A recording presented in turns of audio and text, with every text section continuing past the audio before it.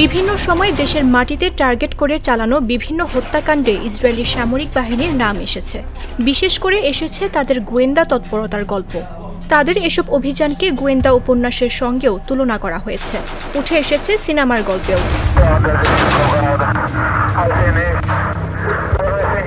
গত 13 জুন থেকে শুরু হওয়া ইরান ইসরায়েল সংঘাতের ইসরায়েলের হামলায় ইরানের বেশ কয়েকজন শীর্ষ সামরিক কর্মকর্তা নিহত হন। তবে এই ধরনের হামলা এটি প্রথম নয়। এর আগেও ইসরায়েলের হামলায় নিহত হয়েছেন অনেক সশস্ত্র গোষ্ঠীর প্রধান ও সদস্যরা। তবে প্রশ্ন হচ্ছে, ইসরায়েলি গোয়েন্দা নেটওয়ার্ক কিভাবে কাজ করে, তাদের কী ধরনের সক্ষমতা রয়েছে, কিভাবে তারা শত্রুদের বিরুদ্ধে এত সফল অভিযান চালাতে পারে। এই তালিকায় প্রথমেই আসে মোসাদের নাম। মোসাদ গঠিত হয় ইসরায়েল প্রতিষ্ঠার প্রায় 1.5 বছর পর 1949 সালের ডিসেম্বরে। এরপর একই সালে গঠিত হয় শাবাক বা শিন বেট।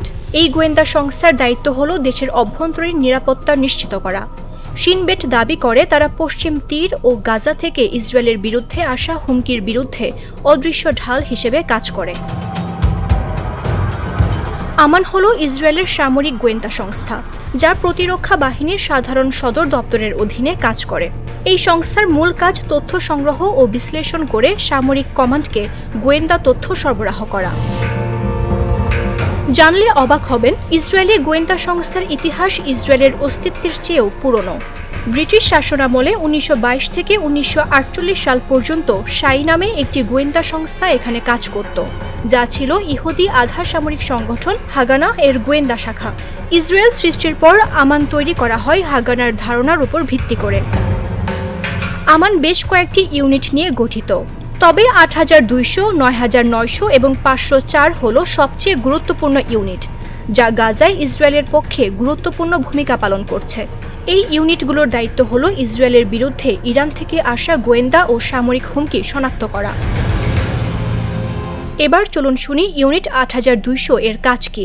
এটিকে ইসরায়েলি গোয়েন্দা ব্যবস্থার অন্যতম গুরুত্বপূর্ণ স্তম্ভ হিসেবে ধরা হয় এবং এই ইউনিটের মাধ্যমে ইসরায়েলি সেনাবাহিনী ইলেকট্রনিক মাধ্যমে তাদের গোয়েন্দা তৎপরতা পরিচালনা করে। তথ্য অনুযায়ী ইউনিট 8200-তে 10,000-এর বেশি লোক কাজ করে এবং এখানে যারা কাজ করে তারা এলিট এবং শিক্ষিত বাহিনী থেকে বাছাই করা। ইসরায়েলি সেনাবাহিনীর মতে, গোয়েন্দাগিরির জন্য ডিজিটাল ও ইলেকট্রনিক যন্ত্র বানানোর দায়িত্ব ইউনিট 8200-এর। তারা তথ্য সংগ্রহ করে তা বিশ্লেষণ করে এবং সংশ্লিষ্ট কর্তৃপক্ষকে পাঠায়। ইউনিট 8200 ইসরায়েলের সব অঞ্চলে সক্রিয় রয়েছে এবং যুদ্ধ পরিস্থিতিতে তারা সেনাবাহিনীর সদর দপ্তর থেকে কাজ করে, যাতে তথ্য সংগ্রহের গতি বাড়ানো যায়। এছাড়াও প্রযুক্তির দিক থেকে ইউনিট 8200 এর তুলনা করা হয় বিশ্বের বড় বড় গোয়েন্দা সংস্থার সঙ্গে। কারিগরি দিক থেকে একে আমেরিকার জাতীয় নিরাপত্তা সংস্থার সমতুল্য মনে করা হয়।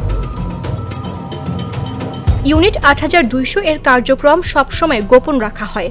তবুও সামরিক ও গোয়েন্দা বিশেষজ্ঞরা বলেছেন যে এই ইউনিট ইসরায়েলকে রক্ষা করতে কিংবা ইসরায়েলের হয়ে আক্রমণ করতে, এক কথায় প্রতিরক্ষা ও হামলা উভয় ধরনের অভিযানে প্রধান ভূমিকা পালন করে আসছে। যদি ইউনিট 8200-কে ইসরায়েলের কান বলা হয়, তাহলে ইউনিট 9900-কে তার চোখ বলা যেতে পারে। এই ইউনিটের দায়িত্ব হল ছবি ও ভিডিও গোয়েন্দা তথ্য সংগ্রহ করা। এজন্য এই ইউনিট স্যাটেলাইট, গোয়েন্দা বিমান ও ড্রোন ব্যবহার করে। এসব ছবি ও ভিডিওর তথ্য সংগ্রহ ও বিশ্লেষণ করে সেনা কমান্ডার ও সিদ্ধান্ত গ্রহণকারী কর্মকর্তাদের কাছে রিপোর্ট পৌঁছে দেওয়াও এই ইউনিটের দায়িত্ব। ইউনিট 9900 এর কাছে আধুনিক প্রযুক্তি আছে, যার মাধ্যমে তারা যুদ্ধে লিপ্ত ইসরায়েলি সেনাদের জন্য 3D মানচিত্র তৈরি করে দেয়। তথ্য অনুযায়ী স্যাটেলাইটের মাধ্যমে ইরানকে পর্যবেক্ষণ করাও ইউনিট 9900 এর দায়িত্ব, যা ইসরায়েলের গোয়েন্দা স্যাটেলাইট হরাইজন 13 দিয়ে করা হয়। এছাড়াও মানুষের গোয়েন্দা তথ্য সংগ্রহের জন্য গঠন করা হয়েছে ইউনিট 504। এই ইউনিটের প্রধান দায়িত্ব হল দেশের ভেতরের হুমকিগুলো নজরে রাখা। তবে এর পাশাপাশি এই ইউনিট ইসরায়েলের সীমান্তের বাইরেও গুপ্তচর নিয়োগ করে। এই ইউনিটে কাজ করা সৈন্য ও গোয়েন্দারা গাজা সহ অন্যান্য দেশেও সক্রিয়। ইউনিট 504 সাধারণ মানুষের মাধ্যমে গোয়েন্দা তথ্য সংগ্রহ করে এবং কাজের প্রয়োজনে তারা মোসাদ ও শিন বেটের সঙ্গে যৌথভাবে কাজ করে। এইসব দায়িত্ব ছাড়াও ইউনিট 504 লেবাননের সীমান্তে গোয়েন্দা তথ্য সংগ্রহের দায়িত্ব পালন করে। ব্রাঞ্চ ৫৪ প্রতিষ্ঠা করা হয়েছে ইরানের সামরিক কার্যক্রম ও প্রশিক্ষণ কৌশল সম্পর্কে তথ্য সংগ্রহের জন্য। এই ইউনিটের কমান্ডারের নাম মিডিয়াতে প্রকাশ করা হয়নি। ইরানের উপর সাম্প্রতিক হামলায় ইসরায়েলের এই গোয়েন্দা ইউনিট গুরুত্বপূর্ণ ভূমিকা রেখেছে বলে ধারণা করা হচ্ছে। মামদুহা রাইসা, জাগো নিউজ।